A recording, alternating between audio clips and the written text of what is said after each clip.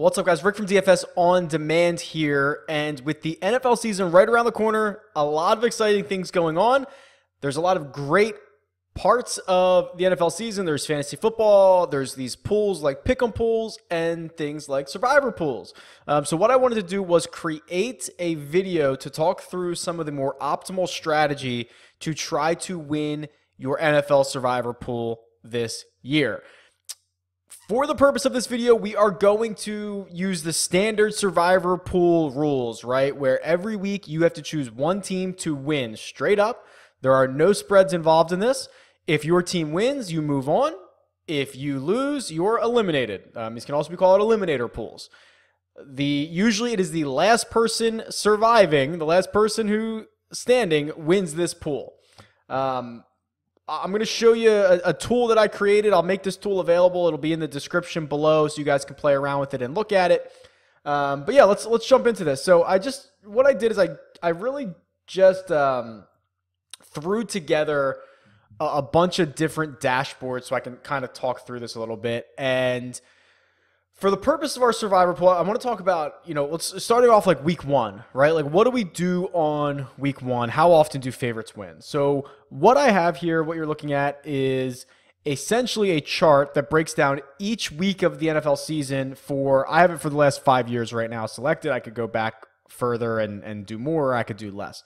And essentially tell you how often the favorite wins. Okay, so obviously we're in a survivor pool. We're not going to pick any underdogs. We're going to pick teams that are favorites. So did the favorite win?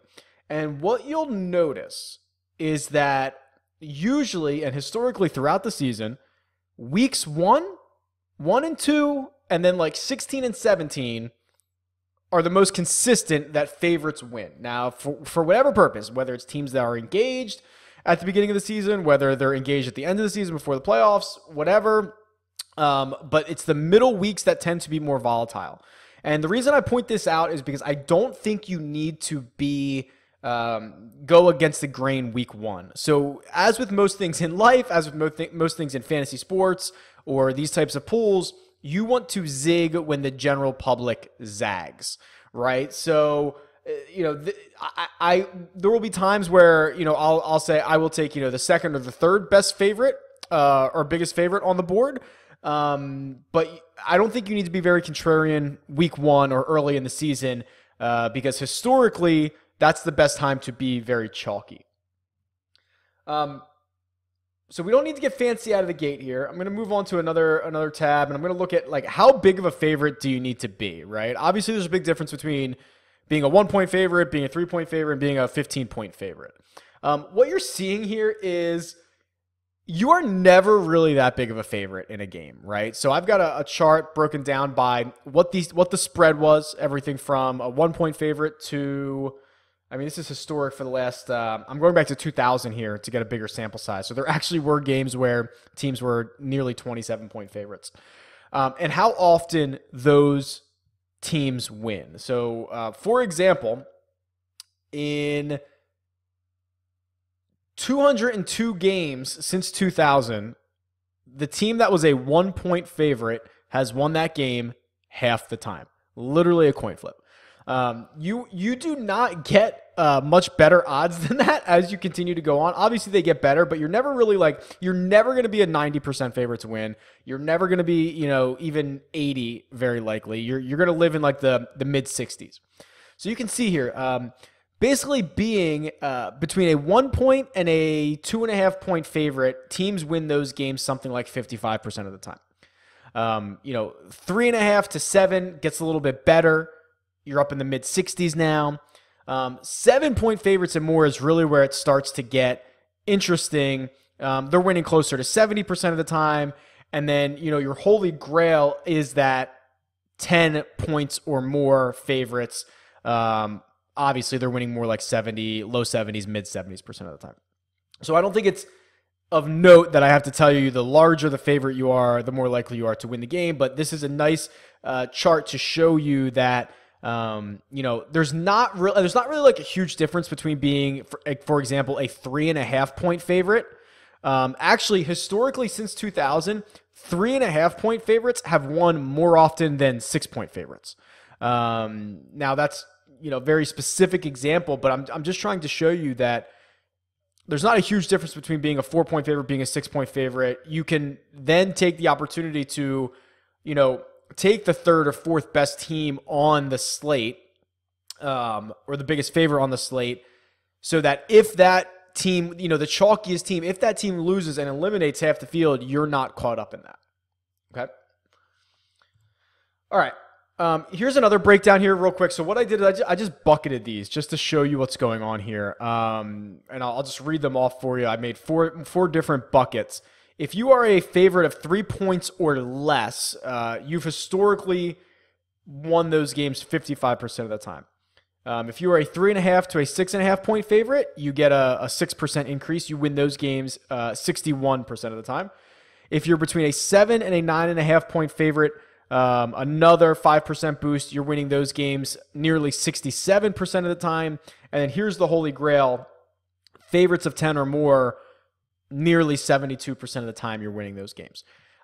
With that being said, the holy grail, right? Winning 72% of the time, it's going to be hard, even if you were a 72%, to win 72% 6 weeks in a row, you're now an underdog to win all of those, right? It's hard to put a streak together, which is what we're going to talk about next, which is how you really want to go about choosing these teams. And I'm not a fan of looking at week 1 and picking my team, and then looking at week 2 and picking my team, and looking at like you have to take the season as a whole into consideration here. You don't want to burn teams that you can use in better spots later.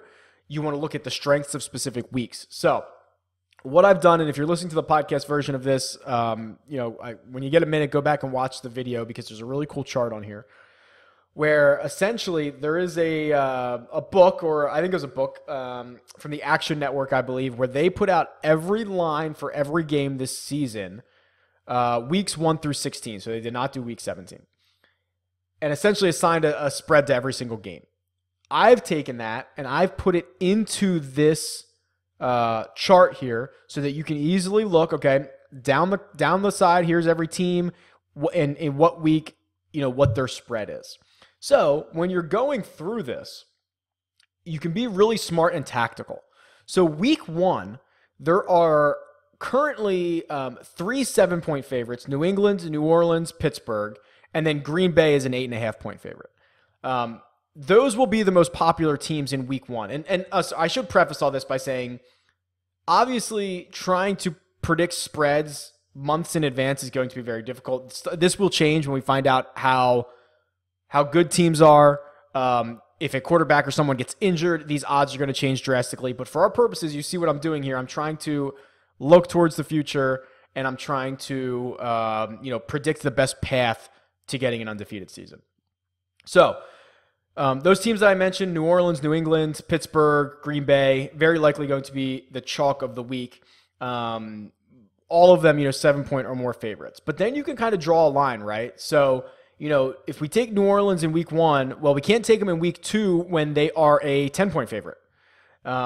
New England, there's weeks 4 and 5 where they are 11 and 10.5 point favorites. So we probably don't want to burn them before that. But what I'm really looking for here, so if you're not watching the video, what I've done on the left-hand side is I've created a very rudimentary, optimal strategy here, right? As of, August 4th or something. Obviously, this is going to change as the season goes on, but this is like what I would do right now. And I didn't calculate to make sure it was the most optimal path, but what I did is I took, New Orleans in week 1, because I don't need to play them in week 2. Because, so in week 2, they're a 10-point favorite, but the Rams are a 10.5 point favorite. So I can burn New Orleans in week 1, take the Rams in week 2. Then you'll find that there's some weeks like week 5 where San Francisco's a 7-point favorite. That's the biggest favorite they're going to be all year, in theory, right? As of right now. So that's when I want to use that team. Pittsburgh's another example. They're a 10.5 point favorite, massive favorite in week 8. I'm going to burn them there. So after you kind of chart out the teams that are not so great, right? Like Carolina, we're playing in week 9. They're a 5.5 point favorite. Once you start mapping those out it's then easy to plug in like the New Englands of the world or like Minnesota or Philadelphia where they're like, heavy favorites each week, right? So Pittsburgh's actually a really good example. Pittsburgh through week 8 is no worse than a 4-point favorite. They're a 7-point favorite or more 3 times, and they're a 10.5-point favorite. So there's a lot of options there. So you can kind of work them into your system and your schedule for the whole year. What else? So I also did, take a look at some of these weeks here. So for example, the middle weeks, I think it's week 7. Week 7's tough, right? No one in week 7 is more than a 6-point favorite. Philadelphia's a 6-point favorite. Tampa Bay is a 5.5-point favorite. So like that's a really tough week where there's not a true, clear, big chalky play. So what I would opt to go with there is someone like New England or Atlanta, where New England's -5, and there's a lot of teams that are -5. That's not the best line you're going to get on New England this year, but at least it's a team that I trust, right? Or Atlanta, again, they're favorites in a lot of games. They're a solid 6-point favorite.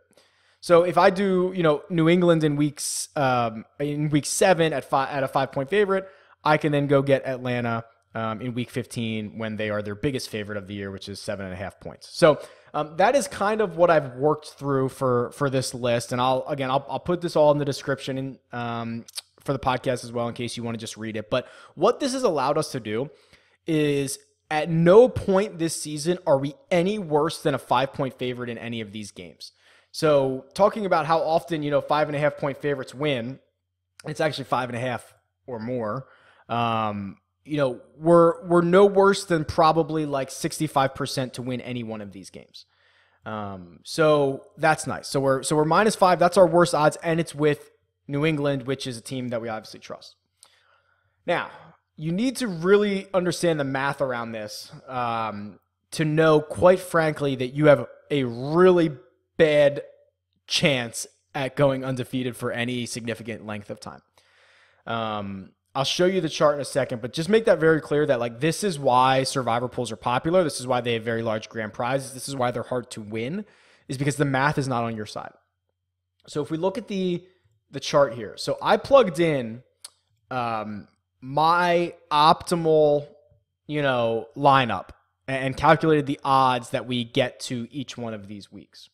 So if you're not in front of a computer, you're not watching this, I'll kind of read some of them off to you. You're only 49%. You're a coin flip to make it to week 2. Even though you have 2 big favorites. So even though we have New Orleans at -7 and LA, the Rams, at -10.5, you are basically a coin flip to survive both of those games. Then it gets a little worse. To get through to week 3, you're probably 35%. Then it goes down to 25%. By week 8, to win 8 of these in a row, like you're going to do that 6% of the time. And you are no worse than a touchdown favorite in most of these games. So that just shows you it's hard to rattle all of these off. There's a lot of volatility in football. And then as you keep going, the odds get even worse, right? So when you finally get to week 12, you're now under 1% chance to get there. You're 0.93. And then if you actually rattle off all 16 in a row based on my quote unquote optimal lineup thus far, 0.16% chance to get there. Less than 0.25% of the time are you going to go undefeated. So that's why I encourage you to get, the best odds that you can. If you're taking 3-point favorites every week, these numbers are going to drop off even worse. There is a path to getting probably a touchdown favorite every single week. I encourage you to take it with a grain of salt, right? I mean, it's very unlikely that you rattle off 5, 6, 10 wins in a row. Have fun with it. Go get the biggest favorites that you can win. Draw the best line that you'd like, and watch these lines, right? Go find books that will give you advanced lines where you can try to plug in this schedule matrix like I did and see a path to getting the best team each week as a composite versus just looking at who is available in week 5 and saying, okay, I'll take that team. Plan for the future. So there you go. I hope that helps a little bit to show some of the math behind what's going on and give you an idea of constructing your survivor pool selections this week. Let me know what you think about that. Tweet me. It's at DFS On Demand, or leave a comment below. See ya.